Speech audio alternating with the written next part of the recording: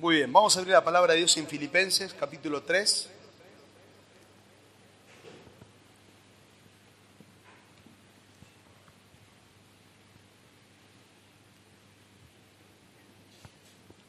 Filipenses 3, y el párrafo vamos a leer del versículo 4 al 11.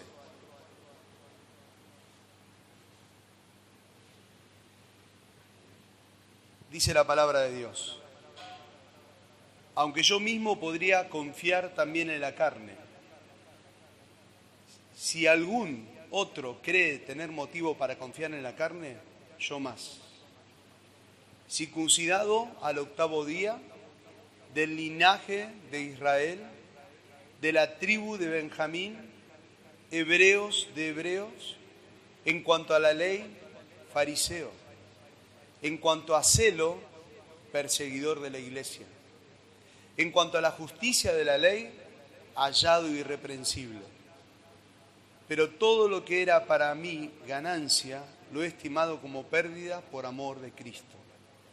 Y aún más, yo estimo como pérdida todas las cosas en vista del incomparable valor de conocer a Cristo Jesús, mi Señor, por quien lo he perdido todo y lo considero basura a fin de ganar a Cristo y ser hallado en Él, no teniendo mi propia justicia derivada de la ley, sino la que es por la fe en Cristo, la justicia que procede de Dios sobre la base de la fe, y conocerle a Él, el poder de su resurrección y la participación en sus padecimientos, llegando a ser como Él en su muerte, a fin de llegar a la resurrección de entre los muertos. Oramos una vez más, hermanos. Señor, gracias te damos por el privilegio de tener aquí, Señor, reunirnos en una iglesia donde quiere predicar tu palabra, donde cantamos de tu palabra, Dios. Ayúdanos a crecer en conocerte a través de la Escritura, y la oración es que tú pastorees nuestros corazones. Seguramente es un pasaje que ya hemos leído varias veces y quizás muchos de nosotros lo hemos estudiado, pero es un tesoro precioso tu palabra, Dios. Y tú conoces la necesidad de cada corazón, el cual ha venido hoy aquí. Tú conoces, Señor, las circunstancias que está pasando. Conoces si están fríos contigo o no. Conoces si no entiende el Evangelio. Tú lo sabes todo, Señor. Por eso confiamos solamente en el poder de tu palabra. Que tu palabra, Señor, la cual es viva y eficaz, que penetra hasta lo profundo de nuestra alma, discierna, Señor, que discierne nuestros pensamientos y que los ordenes conforme a lo que tú nos hables, Padre Santo. Por eso rogamos, Dios, que tú nos guíes en la exposición de tu palabra. Te agradecemos, Señor, por este tiempo. Ayúdanos, Señor, a estar atentos a tu voz. Oramos en tu nombre. Amén. Si tendríamos que ponerle un título al pasaje, me pareció apropiado ponerle el incomparable valor de conocer a Cristo. El incomparable valor de conocer a Cristo. El apóstol Pablo, en este párrafo, presenta su propio testimonio. Como ustedes saben, está contando su testimonio para reforzar la enseñanza que da en el versículo 3. Miren lo que dice en el versículo 3. Dice: porque nosotros somos la verdadera circuncisión, que adoramos en el Espíritu de Dios y nos gloriamos en Cristo Jesús, no poniendo confianza en la carne. El versículo 3 dice que los verdaderos creyentes se glorían en Cristo Jesús y no ponen confianza en la carne. Pablo quería decir, no confiamos en nuestras obras, sino en la obra de Cristo para la salvación. ¿Qué sucedía? Bueno, en la iglesia de Filipos estaba siendo intimada o intimidada por un grupo religioso que eran los judaizantes. Ellos se habían infiltrado a la iglesia y este grupo religioso anunciaba, por ejemplo, que la circuncisión y la obediencia a la ley eran requisitos necesarios para la salvación. Y se habían metido ya en la iglesia. Imagínense Pablo escuchar esta noticia. Recuerdan el contexto de Filipenses. Pablo estaba preso, estaba lejos de los hermanos. Y cuando se entera escribe esta carta.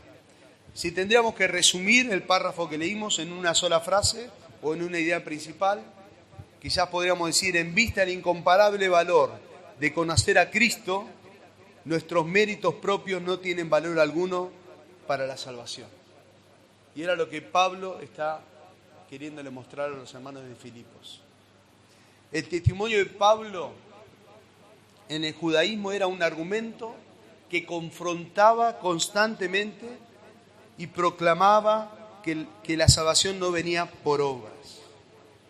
Entonces este párrafo lo podemos dividir en dos.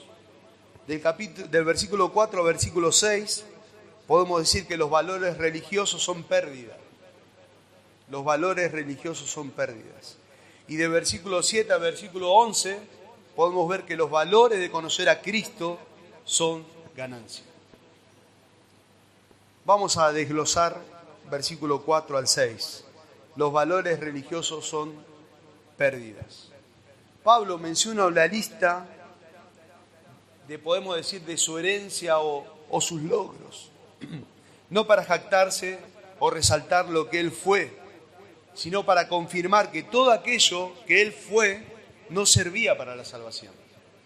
Entonces comienza esta lista diciendo: circuncidado al 8º día.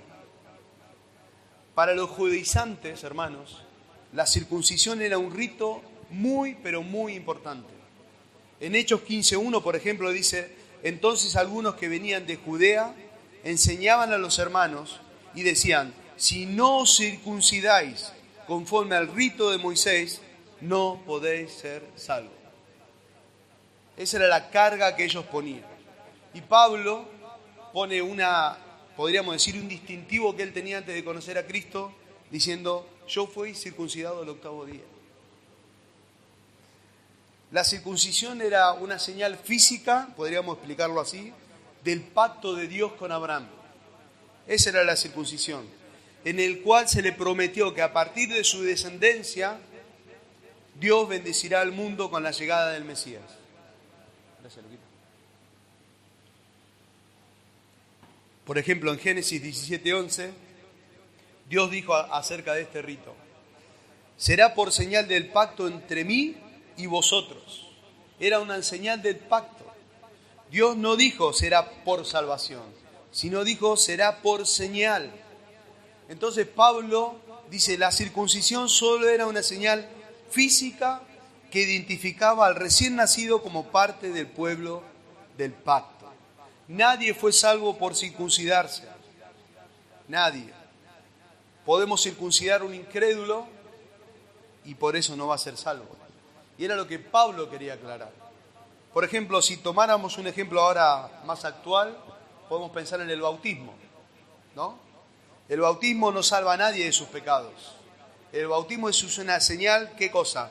Visible de alguien que ya es salvo. Si bautizamos en un converso, ¿va a ser salvo? No. O si bautizamos a un religioso, tampoco lo va a ser. Lo mismo con la circuncisión. La circuncisión no salva a nadie.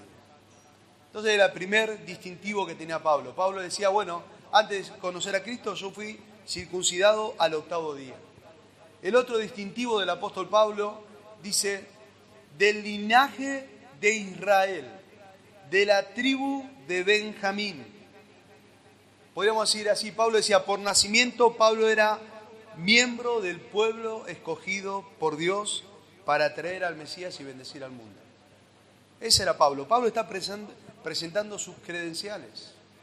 No solamente era del pueblo de Israel, sino de la tribu de Benjamín. Tenía un valor agregado Pablo. La tribu de Benjamín era una de las más distinguidas. Y Pablo dice: yo soy parte de eso.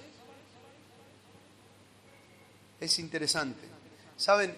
El punto que Pablo marca aquí, en los tiempos de Pablo, la mayoría de los judíos ya no sabía a qué tribu pertenecía, porque a través del exilio se formaron muchos matrimonios mixtos Entonces ninguno tenía la certeza que tenía el apóstol Pablo.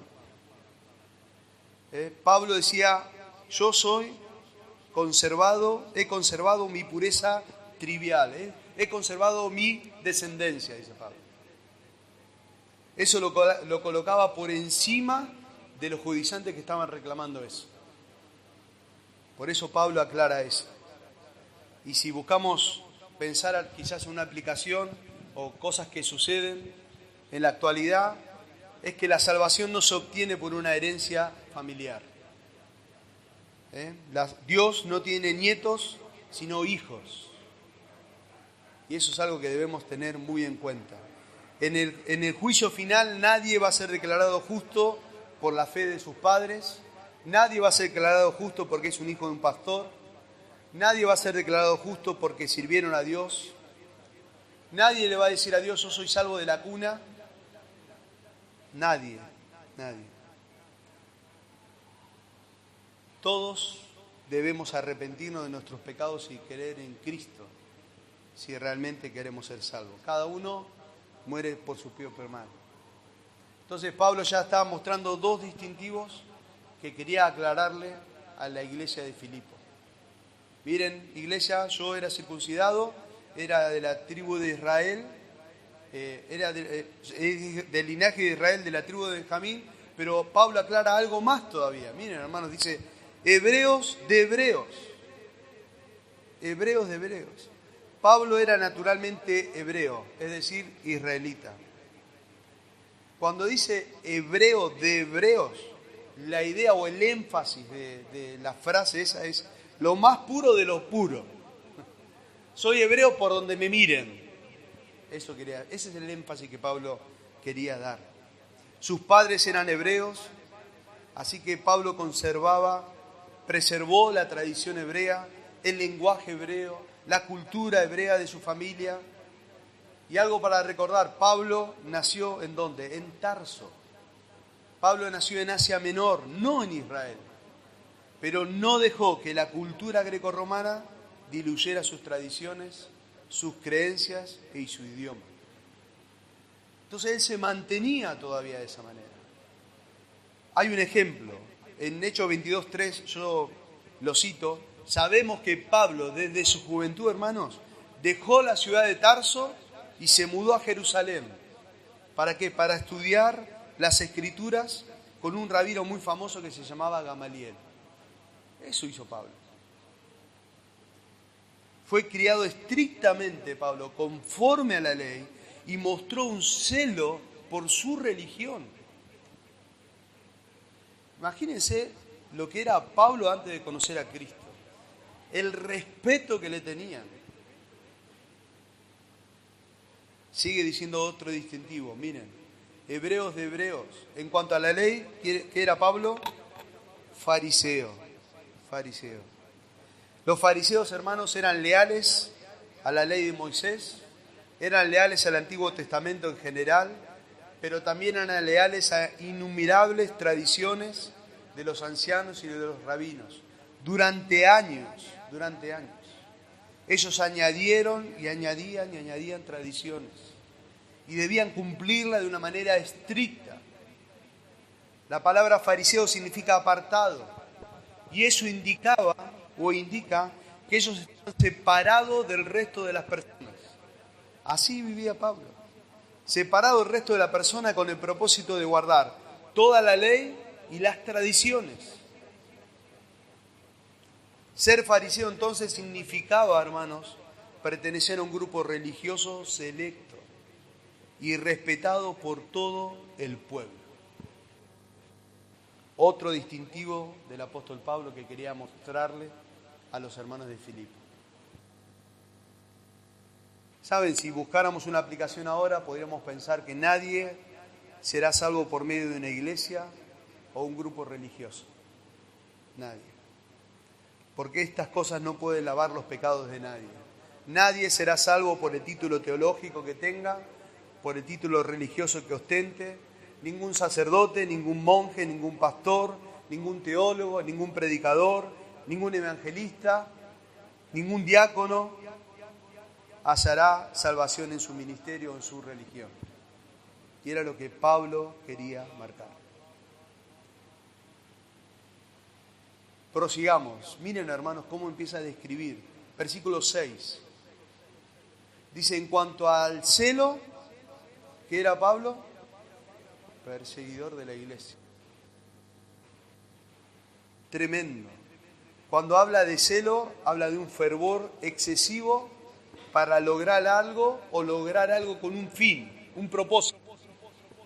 Por ejemplo, en Hechos 5:17, levantó el sumo sacerdote y todos con él, esto es la secta de los saduceos, se llenaron de celos.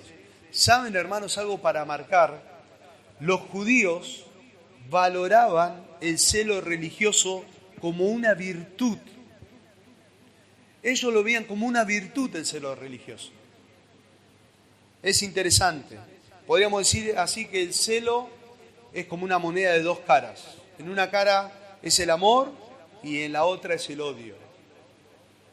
Ser celoso es arder de amor por Dios y de odio por todos los que les deshonran. Ese era el celo religioso. El celo religioso ciega los ojos de los mandamientos tales como amarás a tu prójimo o amarás a tus enemigos.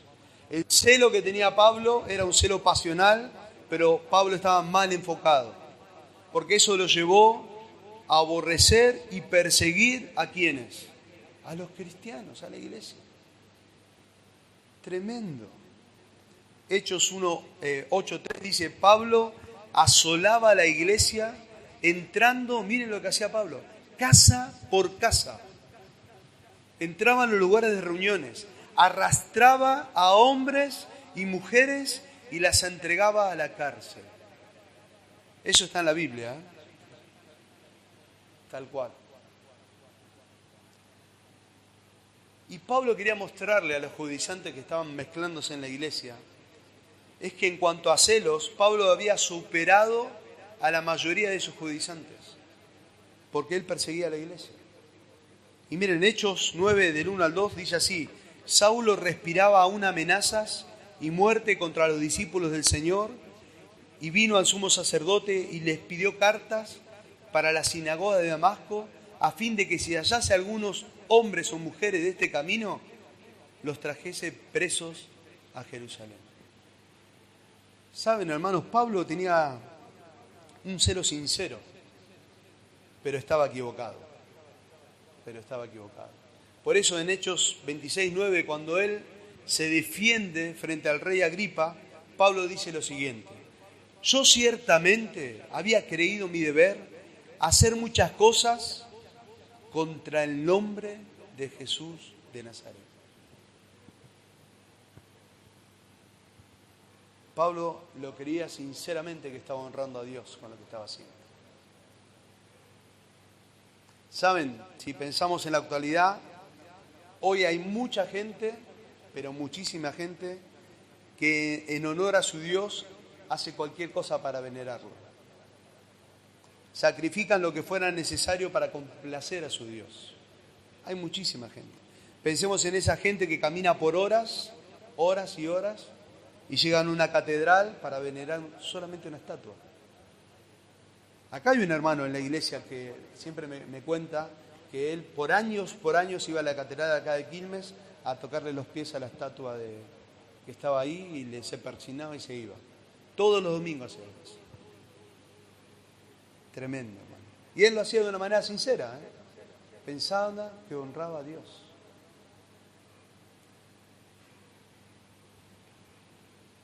¿Saben? Cuando fuimos a Basaín, cuando íbamos a Resistencia, me llamó la atención que es como que se van perfeccionando los ídolos. Y cuando íbamos para Resistencia estaba el Gauchito Gil, pero en dos versiones ahora. Estaba fusionado con San La Muerte. Tremendo, hermanos. Mariano se sorprendió también. Nos quedamos de wow. Y gente parando en la ruta, venerándolos. Qué triste, hermanos. Pero bueno, nosotros antes de conocer a Cristo seguramente estábamos así, como dice el apóstol Pablo también, ¿no? Bueno, en cuanto a la justicia, miren lo que dice el apóstol Pablo. En cuanto a la justicia, ¿cómo se conducía Pablo? Irreprensible. ¡Wow! Antes de su conversión, Pablo llevaba una vida conforme a la justicia de la ley. El término ley para la religión judía incluía no solo el Antiguo Testamento, sino todas las tradiciones y todos los rituales de los rabinos. ¿Y cómo se conducía? De una manera irreprensible. La idea es irreprochable. La idea que Pablo está planteando no es que él no tenga pecado, sino que ha cumplido de forma estricta con todo el tipo de justicia que promulgaban los judaizantes. Hermanos, quienes observaban la vida del apóstol Pablo dirían que él era un religioso ejemplar, que regía su vida por las leyes y por los rituales del judaísmo. Tremendo. Seguramente eso le causaba orgullo a Pablo. Toda la gente mirándolo, como él caminaba, como él pasaba, iba un hombre respetable delante de ellos. Algo más dice. Dice, versículo 6, en cuanto a celo perseguidor de la iglesia, en cuanto a la justicia de la ley, hallado irreprensible. Miren todos los distintivos que Pablo tenía. Dijimos que era circuncidado, era de la tribu de Israel, del linaje de Israel, de la tribu de Benjamín, era fariseo, en cuanto a celo perseguidor de la iglesia, en cuanto a la ley, hallado irreprensible, era hebreo de hebreos. O sea, a Pablo no le faltaba una figurita, tenía todas. Pero ¿saben qué? Pablo se dio cuenta que esos valores eran basura. Miren el versículo 7. Pero todo lo que era para mi ganancia, lo he estimado como pérdida por amor a Cristo. Y de versículo 7 al versículo 11 vamos a ver que el valor mayor de Pablo fue conocer a Cristo. Los valores de conocer a Cristo. El versículo 7 nos muestra un cambio precioso que el Señor de señores produjo en la vida del apóstol Pablo. Los valores atesorados con gran estima, con prestigio, con orgullo, ahora Pablo los ve con otros ojos. Son considerados como pérdida. Es una pérdida frente al valor inmensurable de conocer a Cristo Jesús. Todo lo que pensaba Pablo que le daría vida eterna fue sustituido por la gracia maravillosa de haber conocido a Cristo. Y vamos a ver los valores que Pablo atesora con un precio incalculable. El primer valor que Pablo atesora es el conocimiento a Cristo, el conocimiento de Cristo. Fíjense, el versículo 7 dice, pero todo lo que era para mi ganancia lo he estimado como pérdida por amor de Cristo. Y aún más, yo estimo como pérdida todas las cosas en vista del incomparable valor de conocer a Cristo Jesús, mi Señor. Porque lo he perdido todo y lo considero como basura a fin de ganar a Cristo. Versículo 7 dice, he estimado. Versículo 8 dice, estimo. Esas dos frases están en un tiempo perfecto, indicando que en su conversión Pablo evaluó todas sus obras religiosas y las considera como pérdida. Y cuando escribe, las sigue considerando de esa misma manera, como pérdida. Como pérdida. ¿Por qué? Por la excelencia del conocimiento. La palabra excelencia significa por encima de lo mejor o lo más alto. Y la palabra conocimiento, así es la palabra ginosco, y denota un conocimiento relacional, vivencial, experimental. Pablo, utilizando esta palabra, dice que es mucho más que un simple conocimiento intelectual. Es mucho más. ¿Saben esa frase, la excelencia del conocimiento de Cristo Jesús? Parece un eco de las palabras del profeta Jeremías, que también comprendió la superioridad de conocer y entender al Señor. Miren lo que dice Jeremías, yo se los leo, 9, versículos 23 y 24. Esto dice el Señor: no dejen que el sabio se jacte de su sabiduría, o el poderoso de su poder, o el rico de sus riquezas. Pero los que desean jactarse, que lo hagan solamente en esto, en conocerme verdaderamente y entender que yo soy el Señor, quien demuestra amor inagotable y trae justicia y rectitud a la tierra, y que me deleito en estas cosas. Yo, el Señor, he hablado.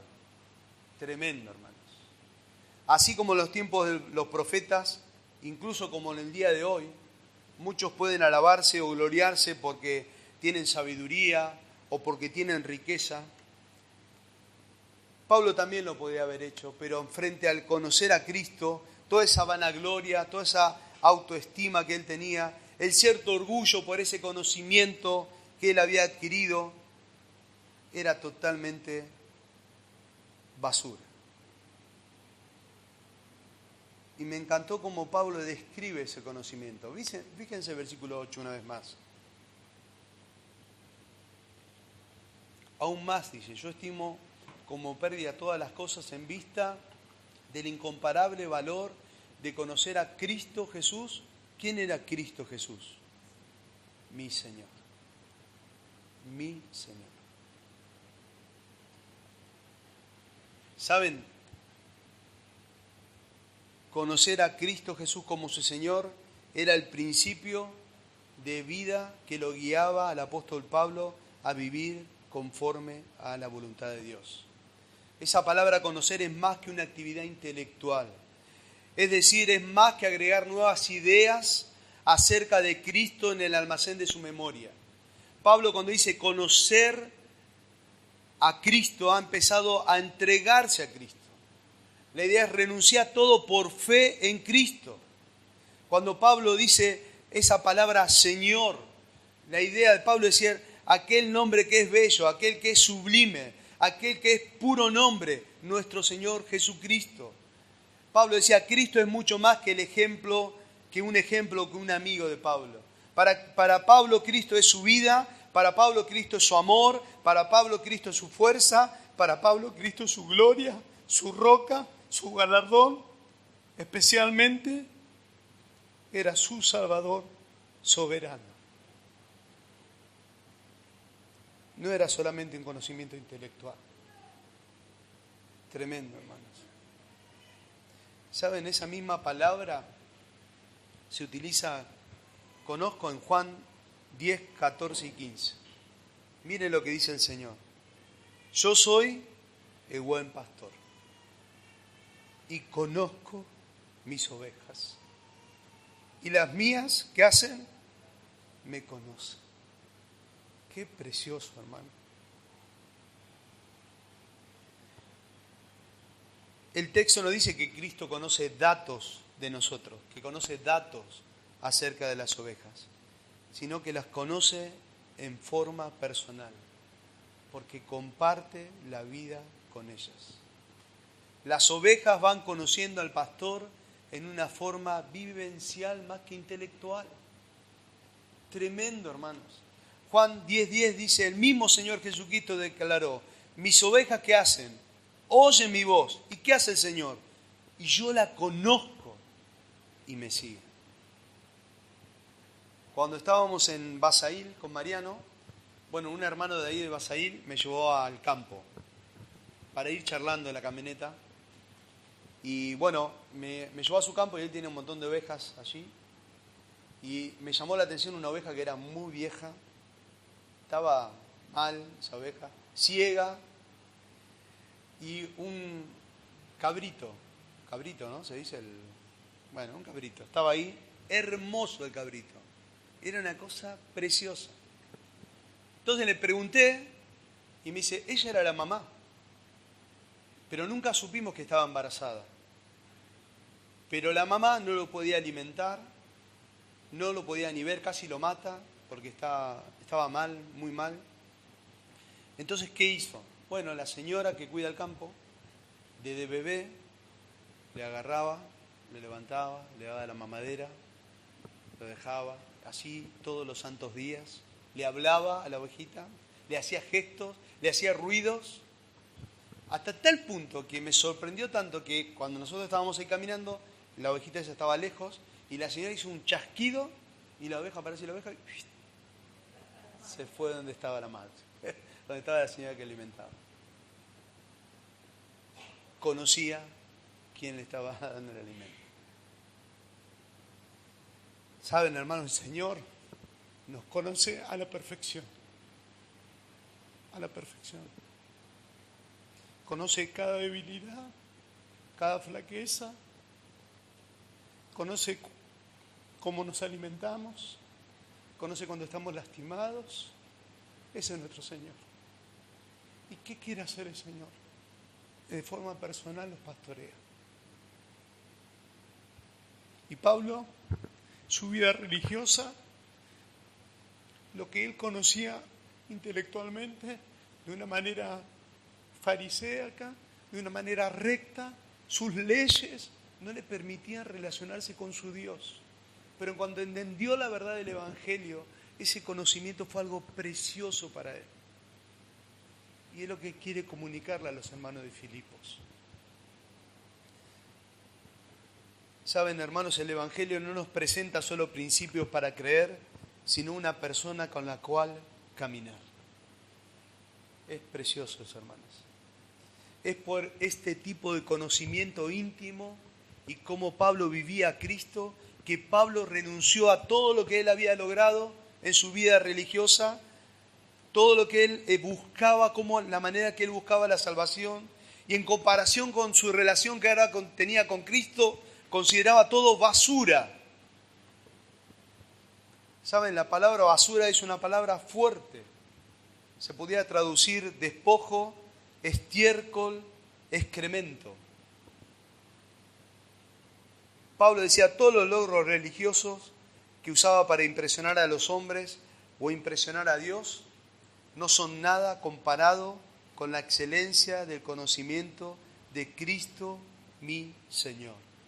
Todo lo anterior carece absolutamente de valor frente a Cristo. Pablo cambió sus valores, cambió sus metas, cambió su propósito, cambió su forma de vida. Ya no tenía el mismo propósito que perseguía antes. Por eso Pablo escribió en Gálatas 2:20, he sido crucificado con Cristo y ya no vivo yo, sino que Cristo vive en mí. Y lo que ahora vivo en el cuerpo lo vivo por la fe en el Hijo de Dios, quien me amó y dio su vida por mí.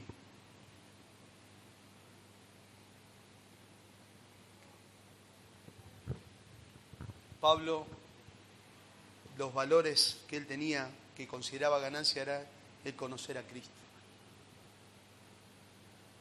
Pero también era la comunión diaria y también era la justificación que tenía en Cristo. Miren lo que dice el versículo 9. Dice, y ser hallado en Él, no teniendo mi propia, ¿qué cosa? Justicia derivada de la ley, sino la que es por la fe en Cristo. La justicia que procede de Dios sobre la base de la fe. Pablo había pasado gran parte de su vida, hermanos, tratando de alcanzar en vano su propia justicia, como dijimos, mediante el estricto cumplimiento de la ley. Pero cuando fue hallado por Cristo, todo esto cambió. Podemos decir que Pablo se despojó de sus ropas viejas de justicia, de su devoción judaica, cuando se vio frente a la justicia de Dios. Cuando se vio frente a la justicia de Dios, era una justicia que él no merecía, era una justicia que no se ganaba por obra. Cuando se vio frente a la justicia de Dios, dijo, es una justicia que se recibe por fe y es una justicia que procede del mismo Dios. La palabra justificado se usaba para describir el veredicto de un juez declarando inocente a un acusado. La justificación, hermanos, es el veredicto divino que declara inimputable al pecador condenado que cree en Cristo Jesús. Por eso Romanos 5.1 dice, justificados por, ¿qué tenemos? Paz con Dios. Solo la fe en Cristo puede poner a disposición del pecador el regalo divino de la justicia perfecta. ¿Saben por qué? Porque Cristo, a través de su muerte, hermanos, en la cruz y su resurrección, ha pagado la fianza, ha pagado el precio de la libertad de todos los pecadores que solo se arrepienten de su maldad y confían solo en Él para su salvación. Por eso 2 Corintios 5:21 dice, al que no conoció pecado, le hizo pecado por nosotros, para que fuésemos hechos justicia de Dios en Él. Cuando hablamos de la justicia de Dios, hermanos, tenemos que pensar que en la cruz Dios juzgó a Jesús como si Él mismo hubiera cometido todos los pecados de los que creen. Tremendo, hermanos. Cada vez que un pecador, cada vez que nosotros, o cuando nosotros entendimos el Evangelio y ponemos en Cristo Jesús nuestra confianza, nos arrepentimos y confiamos que solamente por Él podemos ser salvos, Dios trata a ese pecador como si fuera que llevó la misma vida de Cristo, porque lo ve a Cristo, su justicia puesta a nuestro favor. Por eso 1 Pedro 2:24 dice, Él mismo llevó nuestros pecados en su cuerpo sobre el madero, a fin de que muramos al pecado y vivamos a la justicia, porque por sus heridas fuimos sanados. La deuda era nuestra, hermanos, y Cristo la canceló en la cruz del Calvario.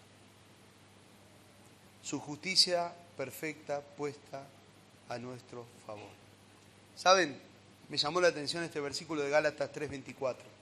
Dice, de manera que la ley ha venido a ser nuestro ayo para conducirnos a Cristo, a fin de que seamos justificados por la fe. Interesante, Dios nos dio la ley como una instructora, podríamos decir así, que nos lleva de la mano hacia la cruz y la tumba vacía de Cristo. ¿Para hallar qué cosa? El perdón. Para hallar el perdón. La ley demuestra que no puede salvarme o no puede salvarte, pero esa ley te conduce a Cristo, que es la salvación. Algo más que atesora Pablo. El versículo 9 y el versículo 10 dice, y ser hallado en Él, no teniendo mi propia justicia derivada de la ley, sino la que es por la fe en Cristo Jesús, la justicia que procede de Dios sobre la fe, y miren esto, y conocerle a Él, el poder de su resurrección y la participación en sus padecimientos, llegando a ser como Él en su muerte, a fin de llegar a la resurrección de entre los muertos. Algo que atesoraba Pablo en su corazón era la comunión diaria con Cristo. Él atesoraba el conocimiento de Cristo, él atesoraba la justicia y él atesora la comunión diaria con Cristo. Dice, a fin de conocerle y el poder de su resurrección. Interesante, hermanos. Pablo ya había mencionado en el versículo 8, como lo estudiamos, que la salvación trae un conocimiento vivencial, no solo intelectual, pero el conocimiento inicial de Cristo en la salvación procede de un deseo por conocerle un poco más cada día. ¿Cuál es la idea? Nosotros cada día debemos crecer en conocerle un poco más al Señor. Cada día. Podemos conocerle en una forma personal, podemos conocerle íntimamente. Cristo, hermanos, no quedó en la historia ni vive en las nubes del cielo, podríamos decir así. Él está cerca de nosotros, con nosotros, nos acompaña en nuestro andar diario, conoce todos nuestros caminos. Entre Cristo y sus ovejas existe un conocimiento íntimo. El Señor, a través de su palabra, nos revela sus planes, sus propósitos, su voluntad.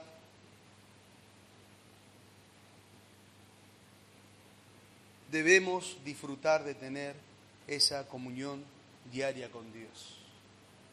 porque disfrutar de tener esa comunión, conocerle a Él, nos va a permitir vivir de otra manera, conforme al Evangelio. Por eso Pablo le dice en Filipenses 2, yo se los leo, del 1 al 4, dice, por tanto, si hay algún estímulo en Cristo, si hay algún consuelo de amor, si hay alguna comunión del Espíritu, si hay algún afecto y compasión, haced completo mi gozo, sintiendo del mismo sentir, conversando, conservando el mismo amor, unidos en espíritu, dedicados en un mismo propósito. Nada hagáis por egoísmo o por vanagloria, sino con actitud humilde. Cada uno de vosotros considera al otro como más importante que sí mismo. No buscáis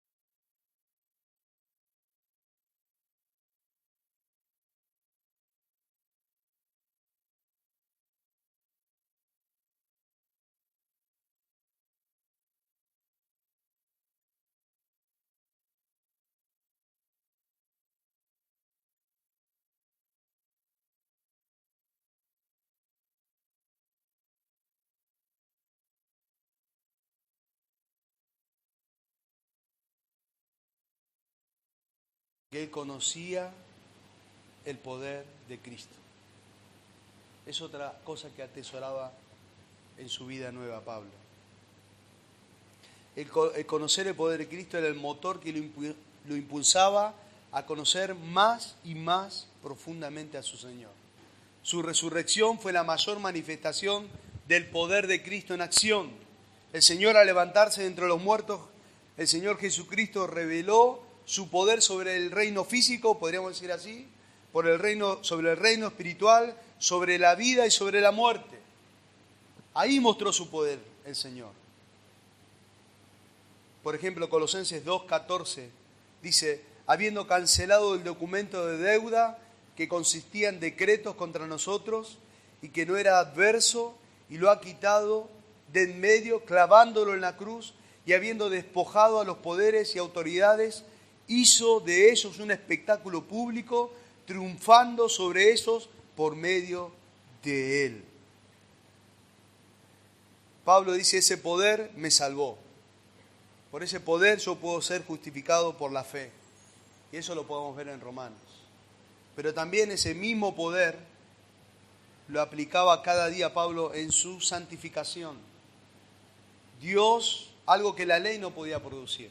La ley producía reglas, producía apariencia exterior, pero la justicia de Cristo, el conocer a Cristo, recibir el Espíritu Santo a través de reconocer a Cristo como su Señor, lo capacitaba para vivir cada día más cerca de Dios, en una comunión íntima con Él, porque la comunión con Dios lo mantenía lejos del pecado. Y de esa manera Pablo estaba experimentando el poder de Dios, en su santificación progresiva. Por eso en Gálatas 5:16 él escribe, dejen que el Espíritu Santo los guíe en la vida, entonces no se dejarán llevar por los impulsos de la naturaleza pecaminosa. Pablo aplicaba ese poder y veía ese poder en su salvación, en la santificación. Y ese poder también se puede aplicar, hermanos, y se aplica en el sufrimiento. En el sufrimiento. Cuando habla de poder no hablamos de experiencias sensacionales, no hablamos de experiencias espectaculares. Cuando hablamos de poder, por ejemplo, en Colosenses 1:11, habla de ese poder. Ese poder se manifiesta en paciencia y se manifiesta en longanimidad. Cuando hablamos de paciencia es sufrir sin quejarse. Y ese poder se relaciona con la resistencia ante el dolor y la resistencia ante las pruebas.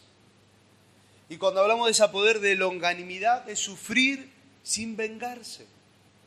Y se refiere o se relaciona con la resistencia ante el maltrato de las personas.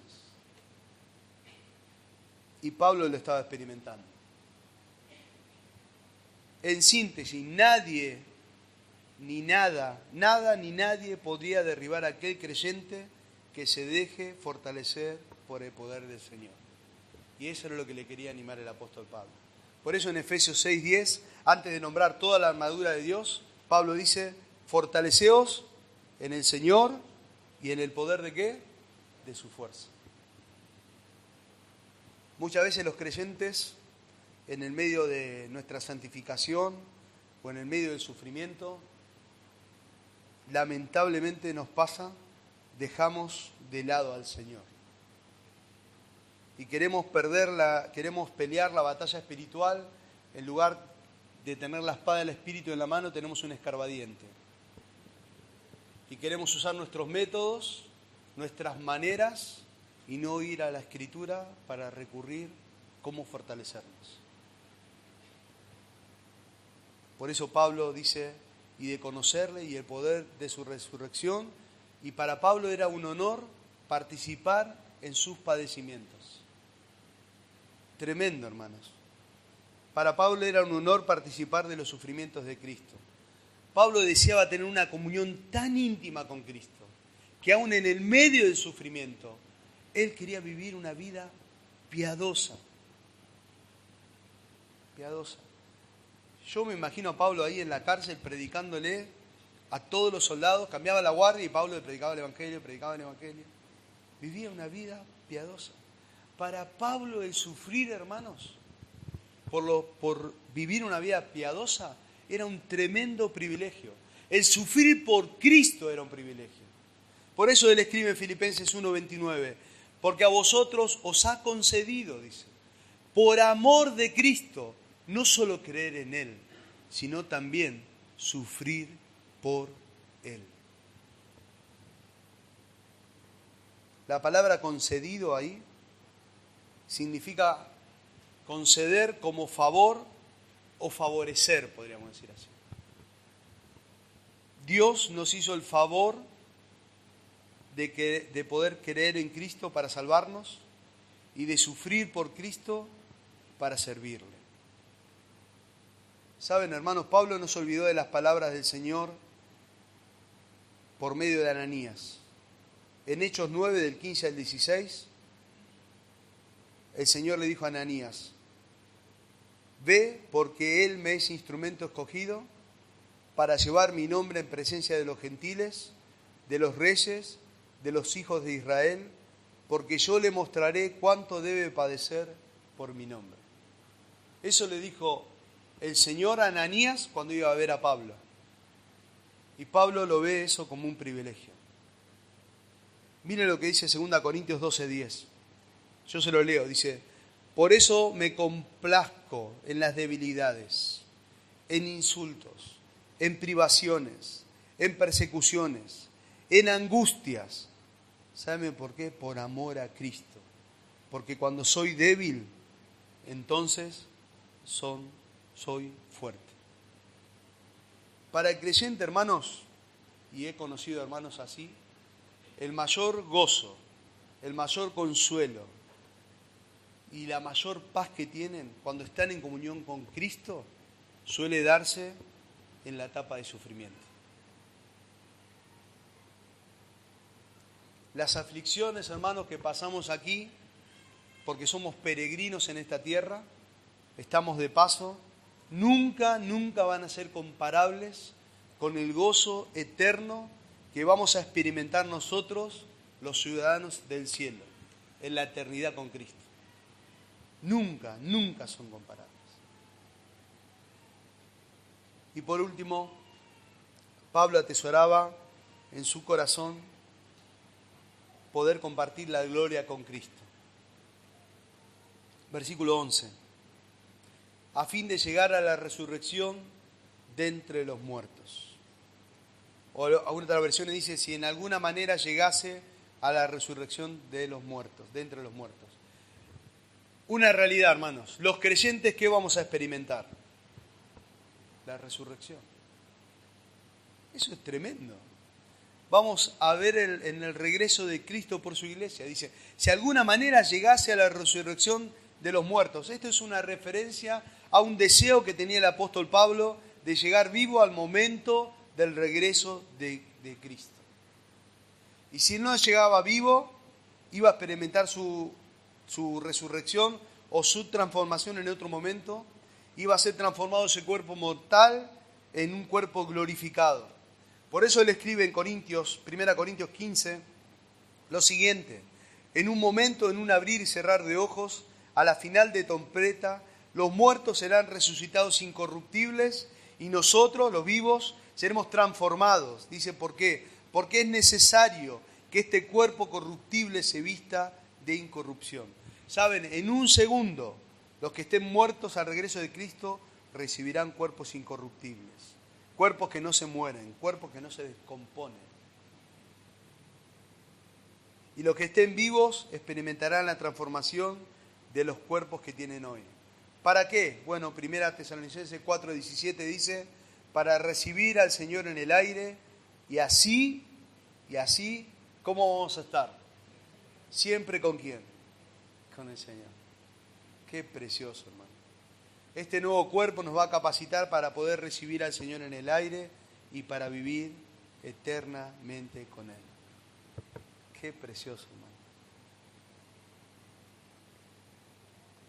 Se pusieron a pensar que el rapto nos va a llevar a experimentar una intimidad eterna con Cristo.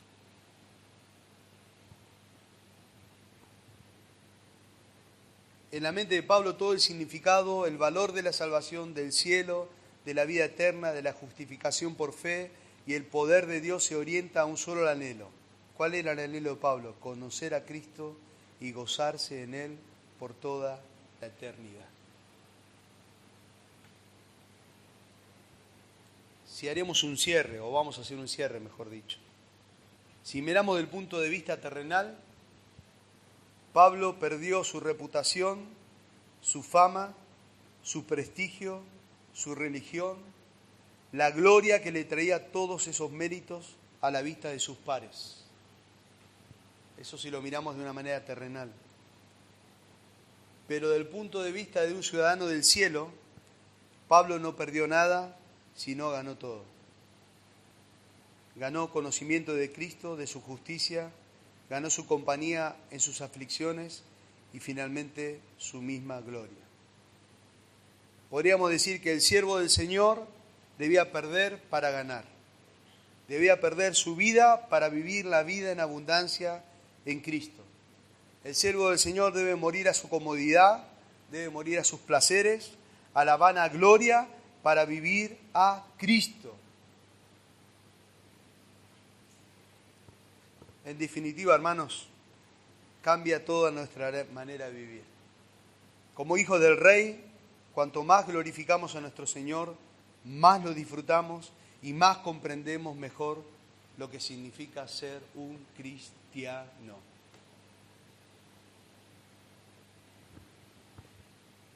Jean Elliot era uno de los 5 jóvenes misioneros asesinados por los Aucas en la selva del Ecuador. Ya conocen esa historia. Él fue un estudiante graduado con honores. Podría haber sido un excelente profesor de seminario. Y los amigos le decían, no seas tonto, ¿cómo te vas a ir a la selva? Él respondió, no es tonto aquel que da lo que no puede retener, su vida, para ganar aquello que no puede perder, a Cristo. Tiempo después, el propio hijo de Jean Elliot, recordando los hechos de su padre y hablando incluso con el asesino de su padre, dijo lo siguiente: a mi padre nadie le quitó la vida, sino que él la entregó.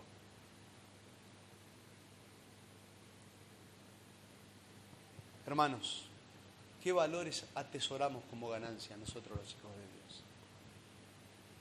¿Qué estamos atesorando? ¿Estamos atesorando la comunión diaria con Cristo? ¿Estamos atesorando el poder sufrir conforme a la voluntad de Dios? y en el medio del sufrimiento acercarnos a una comunión diaria con Cristo. Estamos atesorando ese honor precioso que los creyentes de sufrir por vivir una vida conforme a la voluntad de Dios. Me impresionó algo que leí del abuelo de MacArthur. ¿Saben? El abuelo MacArthur estaba allá en su lecho de muerte y vino su hijo y con John MacArthur. O sea, el papá de John MacArthur, estaba MacArthur y estaba el abuelo.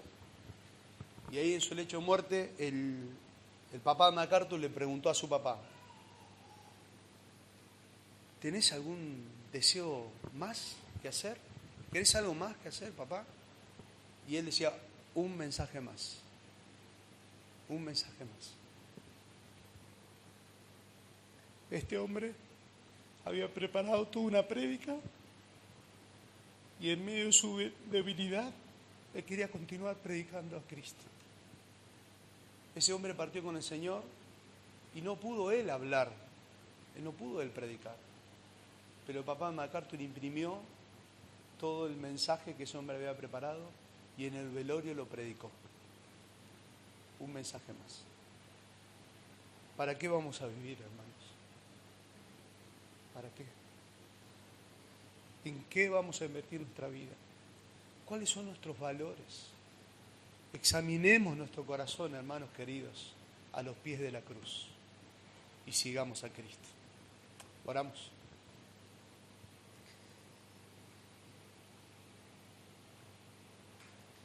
Padre amado, ayúdanos a atesorar en nuestro corazón tu palabra de tal manera, Dios, que querramos vivir a Cristo en nuestras vidas. Que cuando nos vean nuestros vecinos, en nuestros trabajos, en nuestro andar diario, nos identifiquen como cristianos. Cristianos que viven a Cristo, Señor. Que proclamemos el Evangelio, Dios. Que meditemos en la Escritura para tener una íntima comunión con nuestro buen pastor que eres tú. Que tomemos fuerzas, no en nuestros métodos, no a nuestra manera, sino en tu palabra, Dios. Que podamos vivir conforme a tu palabra. Que como hijos tuyos anhelemos, Señor, ese regreso tuyo. Pero que podamos, Señor, cuando tú regreses, estar con la espada pegada en nuestras manos, proclamando el Evangelio. Gracias te damos, Señor, por tener este tiempo y rogamos que podamos examinar nuestros corazones a la luz de la Escritura. Oramos en tu nombre. Amén, Señor.